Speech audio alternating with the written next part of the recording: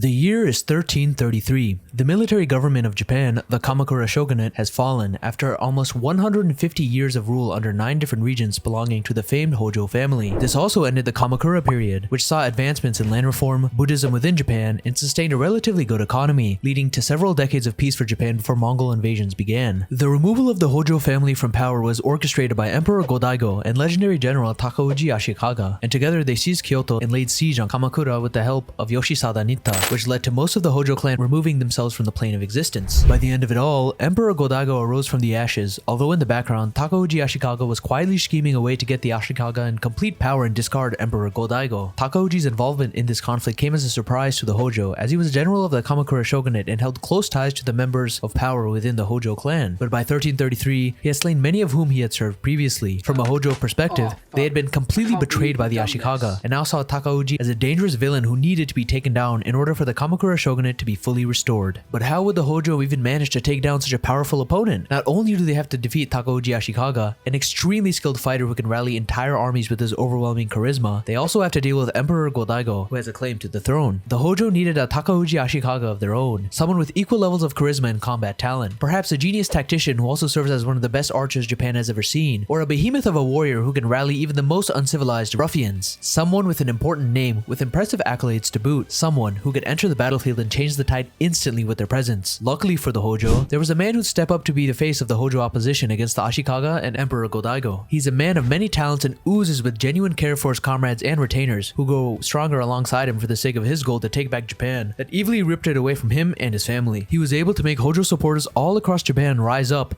and fight back against the Ashikaga and the new shogunate in order to take back Kamakura. He is a man of legend. There's just one issue. The man in question is 8 years old. Yes, he is a second grader. He's also nothing close to a combat prodigy when it comes to being a physical specimen, and his main strength lies in running away. How would such a young child manage to raise armies to fight for his now deceased family? This is the story of Tokiyuki Hojo, the Elusive Samurai, which is also the name of a weekly Shonen Jump manga that recently got a gorgeous anime adaptation by Cloverworks, an adaptation so good that it managed to make me change my mind on the manga. The Elusive Samurai began serialization back in 2021, written by Matsui, author of extremely famous manga and anime Assassination Classroom. He returned to Weekly Shonen Jump to author another hit manga for them, and now this hit manga is airing its first season. The Elusive Samurai follows Tokiyuki Hojo and his exploits to regain the glory of the Kamakura shogunate against Emperor Go-Daigo and Takauji Ashikaga. Not all the fine details of this period of time after the Heian era are known, which allowed Matsui to take some creative liberties when telling the story of Tokiyuki, the retainers he gained, and the battles he fought. However, the Elusive Samurai still closely follows the outcomes of the known events that pertain to Tokiyuki Hojo during this time period, including the names of the battles he fought in and the major figures who died during these conflicts. If you're well versed in Japanese history during this era, you'll definitely recognize the Kamakura shogunate and the name Takauji Ashikaga. You might be saying, wait a minute, isn't Takauji Ashikaga the founder and first shogun of the Ashikaga shogunate, which ruled over Japan for almost 250 years? How is the Elusive Samurai a somewhat accurate retelling of this era if it involves the main character, a Hojo, defeating a legendary figure like Takauji Ashikaga? That's the thing. The main character of Elusive Samurai is doomed to fail, and given how the manga's been shaping up so far, and how it's been accurate when it comes to major events, Tokiyuki will definitely fail in his attempt to retake the Hojo's former glory, which results in a really interesting premise. The Elusive Samurai begins with Tokiyuki, first son of Takatoki Hojo and rightful next regent of the Kamakura shogunate, experiencing his hometown of Kamakura being burned down after the betrayal of once close comrade and retainer Takauji Ashikaga. After his entire family turns themselves into sushi, Tokiyuki finds himself as the sole survivor of the main Hojo family and is on the run from various warlords who want to completely wipe the Hojo and their supporters from existence on their quest to elevating status and achieving glory. Although Tokiyuki isn't exactly gifted when it comes to direct combat in an era where extremely skilled swordsmen ran rampant, he is the foremost expert on running away, as he's an extreme adrenaline junkie that likes nothing more than being in life-threatening danger. His inherent instinct to avoid death is like no other, which ends up in him successfully escaping to the Suwa region of Japan, where Yorishige Suwa served as the high priest for the Suwa shrine, and was believed by the people to be the physical manifestation of the god of war, Suwa Myojin. In Elusive Samurai, Yorishige Suwa serves as the father figure to Tokiyuki, teaching him how to become a great general that could rise against the heavens and take back Kamakura, as Tokiyuki was just a young child when Yorishige gave him refuge. With Yorishige's help, Tokiyuki is able to gain thousands of allies who swore loyalty to the Suwa and Hojo, along with finding retainers that would help Tokiyuki safely participate in conflicts, serving as the brawn to his fleeing brain. With these retainers, Tokiyuki is able to provide valuable input to well-known commanders who are helping with the Hojo uprising, and he soon becomes a symbol of hope across Japan for Hojo supporters, who miss the peaceful rule that they were used to during the Kamakura shogunate. To make Elusive Samurai feel more shonen, instead of being a depressing tale about a young lad who lost his family and failed to take down the man who betrayed them, Matsui's taken a lot of creative liberty when it comes to portraying famous figures of this time, giving each of them a signature quirk that makes them come off as extremely unserious at times, but gives the manga a more lighthearted feel for the magazine. Don't get it twisted, Matsui's done extensive research on the Kamakura period and the Ashikaga, often referencing the Taiheki, a historical epic that was written during the 1400s, detailing the conflicts that occurred from 1319 to 1367, which is when the Elusive Samurai takes place. Within the Taiheki, a lot of events such as typhoons are attributed to being the act of gods, and Yorishiga Suwa himself was seen as a god, so throughout the Elusive Samurai, there are characters that have divine powers that go beyond human capabilities. For example, Yorishige is a quirky crackhead that loves giving cheek rubs to everyone and has an extremely goofy personality, although he's revered as a god amongst people. He has a foresight ability that allows him to predict the fate of certain battles and actions enemies will take. Sometimes he has a little too much foresight that allows him to glimpse into the current day where we have to deal with tragedies such as bad gacha rates. It's a pretty neat way to show how certain events were orchestrated in the Elusive Samurai, instead of Matsui saying, "History says prayer caused all of this, so deal with it." And I like how he explains divine power disappearing as humans got more advanced with science and technology, and found the actual reasons behind events that were once perceived as divine acts. As someone who loves Kingdom, which is a somewhat accurate retelling of China during the Warring States period, telling the story of a warrior who went from a meager peasant to a decorated general, and includes a lot of military strategy, the Elusive Samurai immediately caught my eye when it came out. However, as I read the manga, I found my interest in the Elusive Samurai dwindling, and I eventually put it in the tier of ongoing manga that I might catch up to one day. Despite the great artwork and paneling, it never really managed to grip me. I was still excited for the Elusive Samurai's anime adaptation, since it was being done by Cloverworks, and it was a work that involved a well-known mangaka, meaning that the production schedule for the Elusive Samurai's anime was probably decent enough to lead to some extremely impressive episodes visually. What Elusive Samurai's anime ended up becoming blew me out of the water. This anime is gorgeous. Everyone knows Cloverworks makes very aesthetically pleasing shows, as Windbreaker aired recently and looked fantastic, and Bocchi the Rock brought unprecedented levels of creativity when it came to its anime adaptation. But the Elusive Samurai takes prettiness to a whole other level. It feels so vibrant and alive, with each notable character covered in colors that pop. Elusive Samurai's anime remains vibrant even during tragedies, like when Tokiyuki remembered his home and people being burned alive, surrounded by extremely eye-catching flames that engulfed the life he once knew. There's a lot of really creative storyboards for each episode that often left me with my jaw dropped, like when a ball falling seamlessly transitioned to someone's head. The anime also switches to a really unique but super appealing scratchy style during some sequences that stand out a lot, and the transitions between different art styles during combat is done expertly. I also really like how the anime portrays villains. Each of them has this really unnerving aura about them that's expertly portrayed to the viewer, and they all give me the creeps, from Sadamune's poking eyeballs to Ichikawa's all-hearing ears that are shown to have mouths on them whenever he's conveying information to Sadamune's weird-ass eyes. Takauji Ashikaga is my favorite example of this. He's a very dignified looking man who wears quite a pretty outfit, and he's seen smiling all the time and speaking lightheartedly. However, the Elusive Samurai pairs this with his effortless martial prowess, which saw him beheading a whole horde of men and sprouting flowers from their blood in an instant. He's clearly way above everyone when it comes to combat skill, but he's never seen screaming and swinging his weapon around. He parries even the most experienced of swordsmen, and it feels like he can take down entire armies without even trying. Even the way he kills people is beautiful, and blood spatters sometimes feel more like paintings than signals of the loss of life. What makes him even creepier is his overwhelming charisma, to the point where he gets glazed by the public for murdering the prince's forces in broad daylight while grinning through it all. He's creepily competent in the best way possible, and taking him down really feels impossible. Not like Tokiyuki's elusiveness is adapted in a poor manner either. This boy is constantly running from colorful slashes from figures in vibrant cloaks, while the world around him lights up because of the adrenaline he gets from eluding certain death. There's so many creative ways Tokiyuki's baffling speed is portrayed, but my favorite instance is when this kid activated a Sandevistan and had after images of himself everywhere, as he was moving so fast that his opponent couldn't keep track of him. It's so